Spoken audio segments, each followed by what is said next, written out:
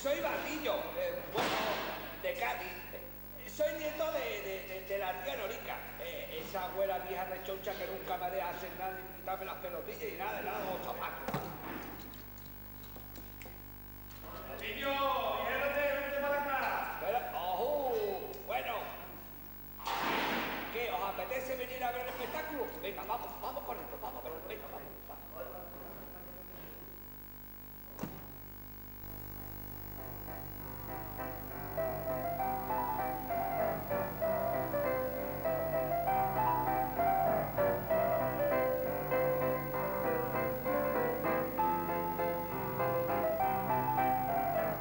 Nuestra historia empieza en el siglo XVIII. Primero en la iglesia, por Navidad. Había representaciones en la catedral, pero después también se hacían en la calle. Decía la gente, que tenían doble intención y eran extravagantes e impropias de un lugar sagrado. Era el momento para que llegara la abuela Norica y todos nosotros detrás.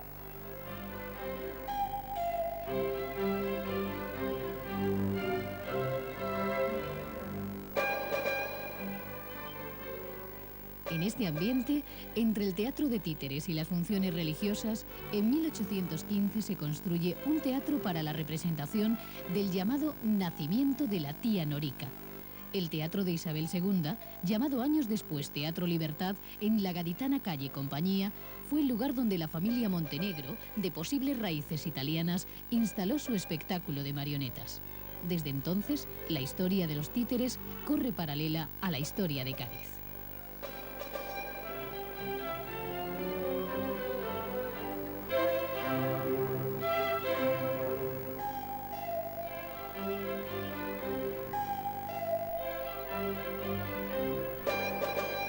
Derribado el edificio en 1870, los títeres salen a la calle buscando asiento.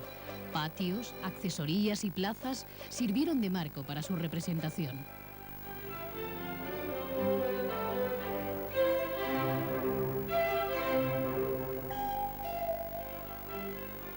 Ya en el siglo XX, los títeres del entonces llamado Teatro de Fantoches de la tía Norica encuentran su escenario adecuado.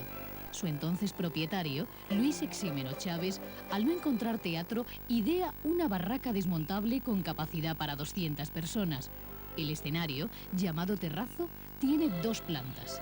En la inferior se sitúan los titiriteros que mueven los muñecos de peana y varilla, y en la parte superior, los que manipulan a las marionetas movidas por perchas e hilos. Esto permitió un amplio juego para los muñecos.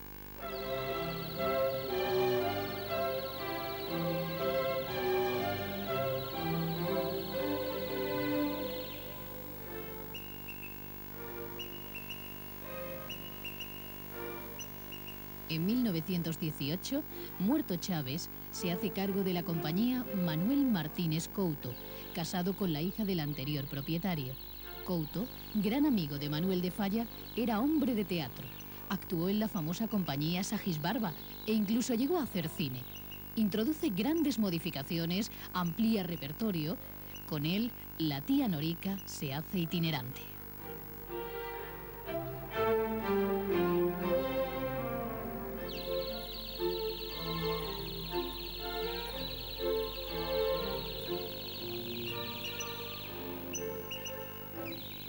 La compañía recorre muchos sitios y rincones en la ciudad. Incluso viajan fuera de Cádiz. Sevilla, Lebrija, Huelva, San Fernando, Jerez de la Frontera, Puerto Real, Gibraltar, Tánger. A mediados de los 40, el legado de la tía Norica se traspasa a manos de la familia Rivas. Las representaciones se hacen fuera de temporada, en lo que los marionetistas llaman en plaza cerrada, aunque las más importantes se realizan durante la Feria del Frío.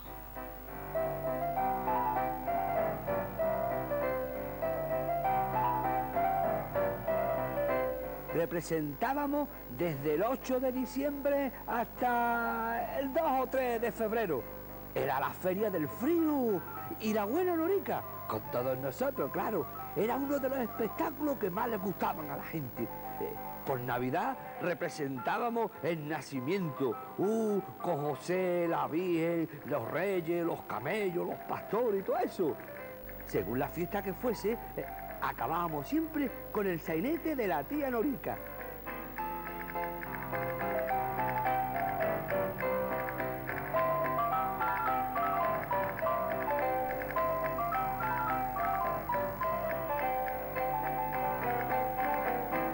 Después de Navidad, el espectáculo incorpora temas más gaditanos.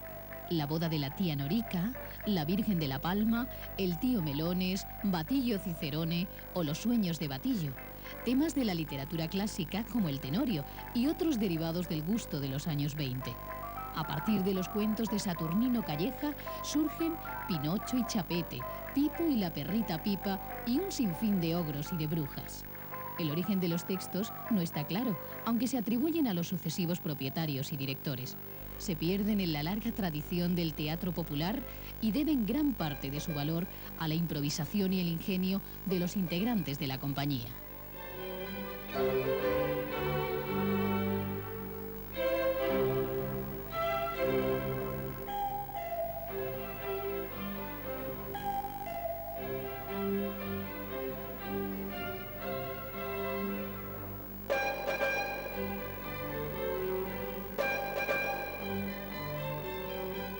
En los años 50 se da por desaparecido el teatro de la tía Norica.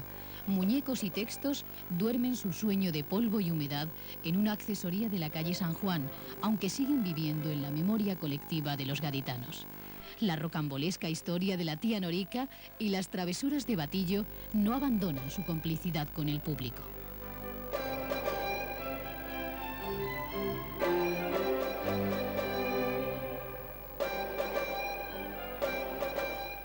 Después de una fugaz aparición en 1974-75, 10 años después, por iniciativa municipal, comienza la recuperación de la tía Norica. Aunque parte del fondo material no está expuesto, los títeres originales ocupan hoy una sala en el Museo Provincial de Cádiz.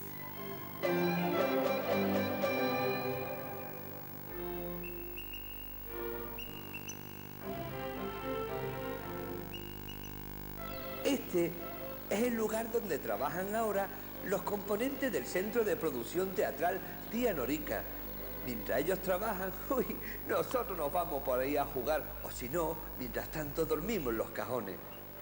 El grupo es dependiente de la Fundación Municipal de Cultura del Ayuntamiento de Cádiz. Aquí se investiga y se reconstruye toda nuestra historia. Texto, decorado, bueno, y hasta nosotros mismos, o para hacernos, o por si tenemos que repararnos alguna pierna, alguna mano. Aquí también preparan las actuaciones.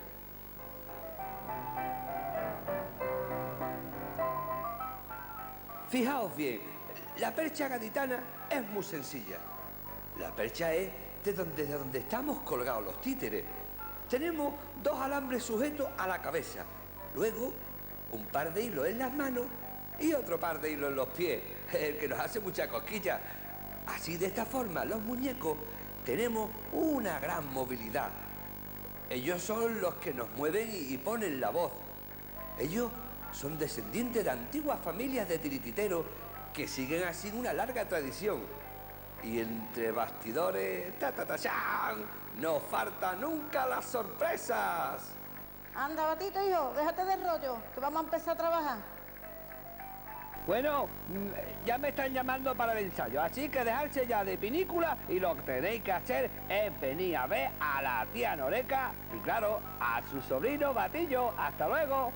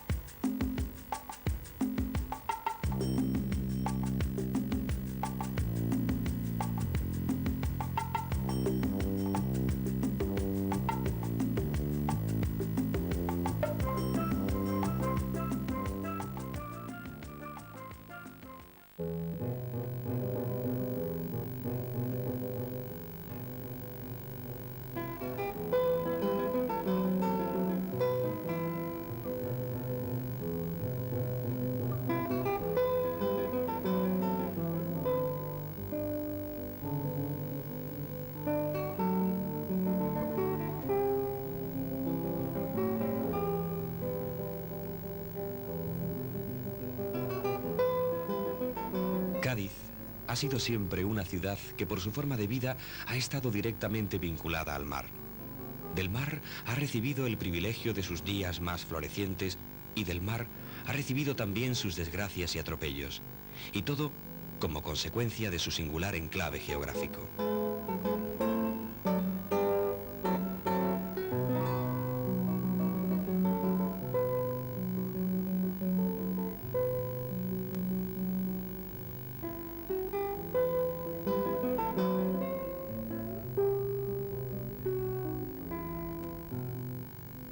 La fama de sus riquezas empezó en el comercio de oro con África.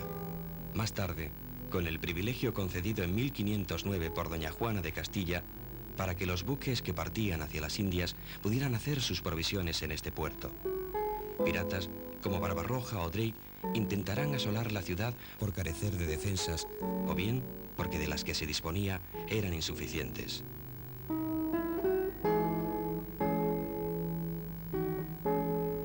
La codicia del invasor originó que un día la ciudad se viera rodeada de murallas como un cinturón de piedra.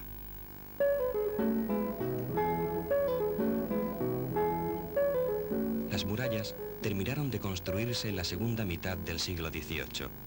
El celo que siempre había demostrado el cabildo con la altura de las casas para evitar los estragos que las distintas artillerías habían originado en los edificios altos de la ciudad, impuso a los alarifes de la época que ninguna que se construyera sobrepasara la medida de 17 varas de altura, incluidas cítaras y pretiles.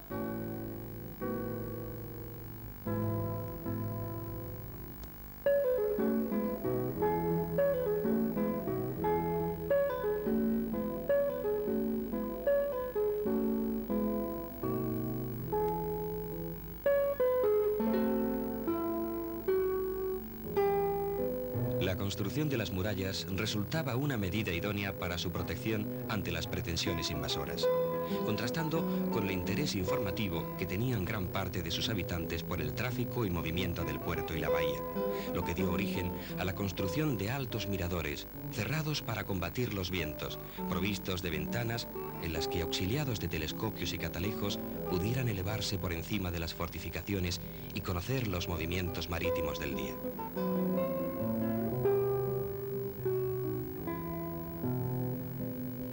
No había comerciante gaditano que se preciara que al construir su casa no sumara en ella el añadido de una torre mirador, amparándose en el privilegio concedido al procurador mayor don Luis Horta en 1749 para que un vecino de Cádiz, dedicado al comercio de Indias y amigo suyo, construyera una casa con más altura de la permitida hasta la fecha.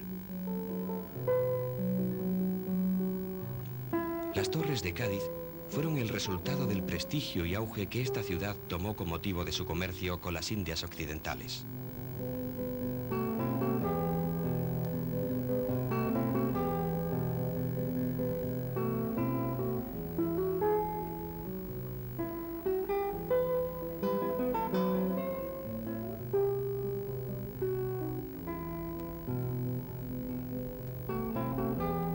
Las primeras casas de las que se tienen datos concretos para la instalación de miradores son las construidas por los maestros alarifes don Juan Martín de León y don Francisco Sánchez Collado, por encargo del comerciante armenio don Juan Fragila.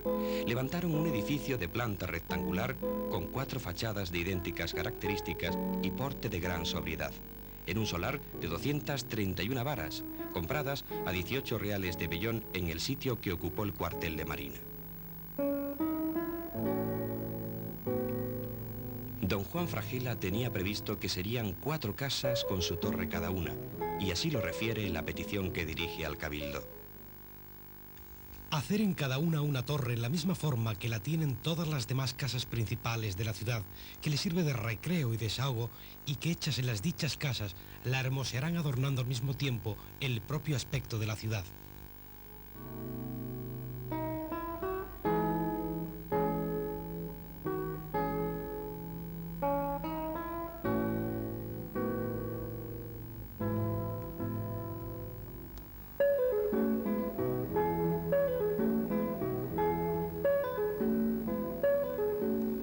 más significativa de las torres de Cádiz es la construida en la casa de los marqueses de Recaño, que tanto por su situación, esbeltez, diseño e importancia puede considerarse como símbolo de la ciudad.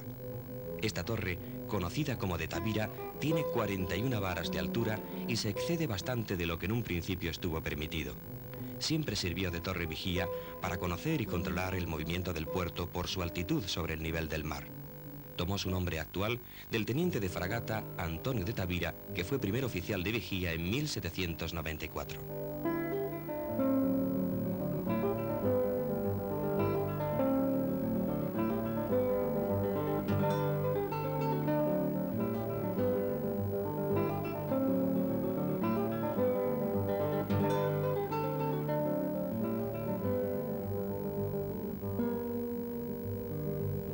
Las torres pueden clasificarse de distintas clases: de terraza, de sillón, de garita o de sillón y garita.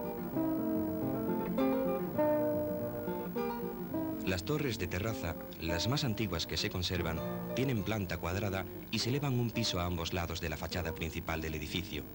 Ejemplo de este tipo es la citada Torre de Tavira.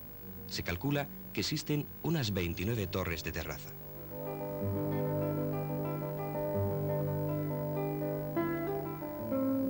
Las torres de sillón, de las que quedan unas 18, solucionan de una forma práctica y satisfactoria su visión de mirador.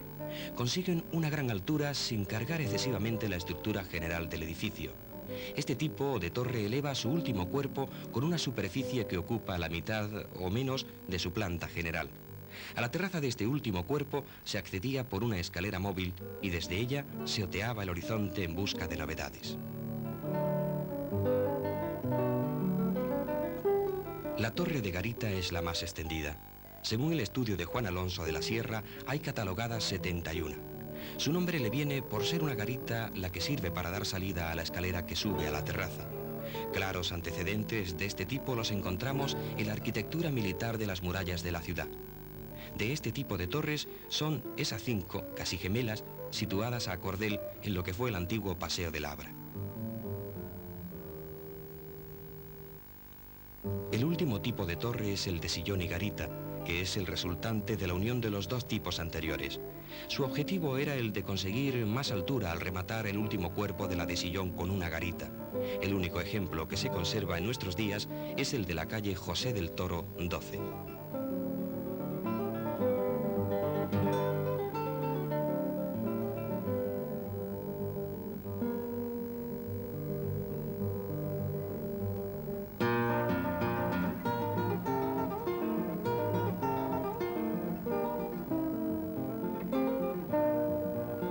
El estudio realizado por Alonso de la Sierra demuestra que aquellas más distantes del puerto solían tener 2 o más cuerpos edificados antes de terminar en la garita, con el único fin de remontar el obstáculo de otras viviendas.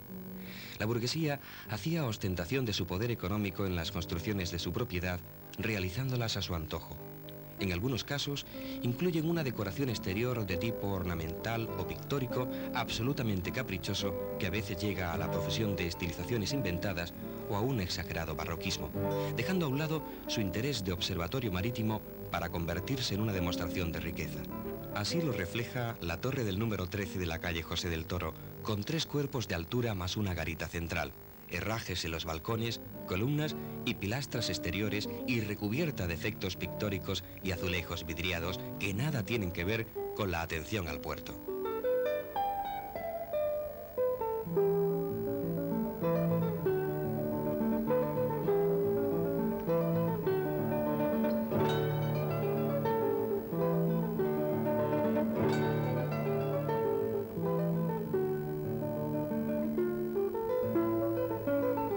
Las torres miradores de Cádiz son un elemento definidor de su arquitectura dieciochesca y de su vinculación con la vida y el negocio del mar. Como muestra de ello, la mayoría están situadas a poniente, en aquellas casas que están delante de la canal de entrada al puerto, donde por proximidad a este se establecía la clase noble de la ciudad.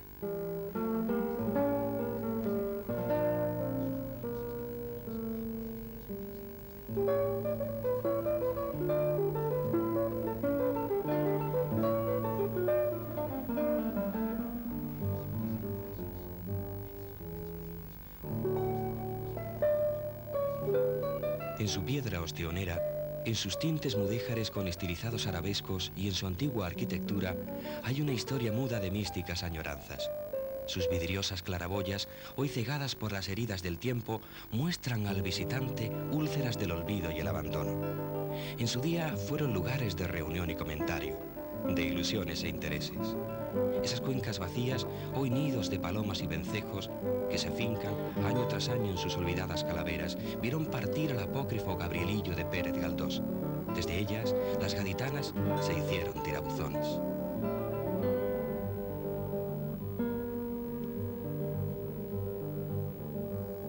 Esas torres nos miran hoy como águilas embalsamadas, soñolientas y carcomidas. Ellas conocieron a Byron y a Humboldt, la peste, al falucho de Rota y al barco del agua que venía del puerto, y olieron antes que nadie la canela y la pimienta, el ron y el jengibre que entraban por la bahía.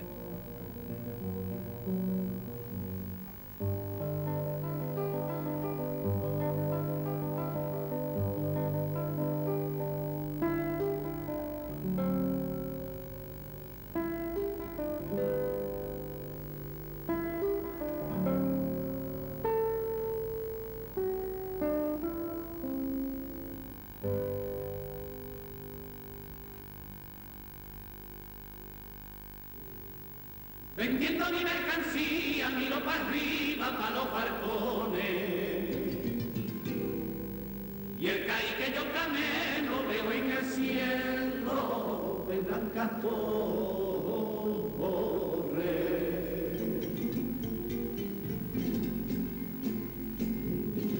No sé yo si la han cantado, pero un día me ha mandado que le cante yo a tu torre. Y que se levanta y que en el cielo se planta soñando tiempos mejores.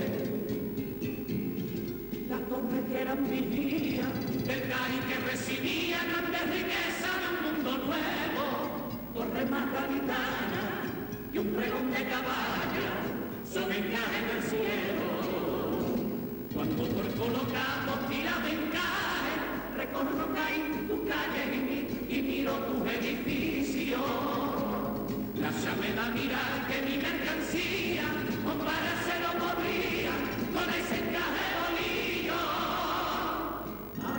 Aquí, que en el cielo CAI se puso a bordar y bordó esas torres de hilos de plata que le dio el mar. Ay, torre, cadena.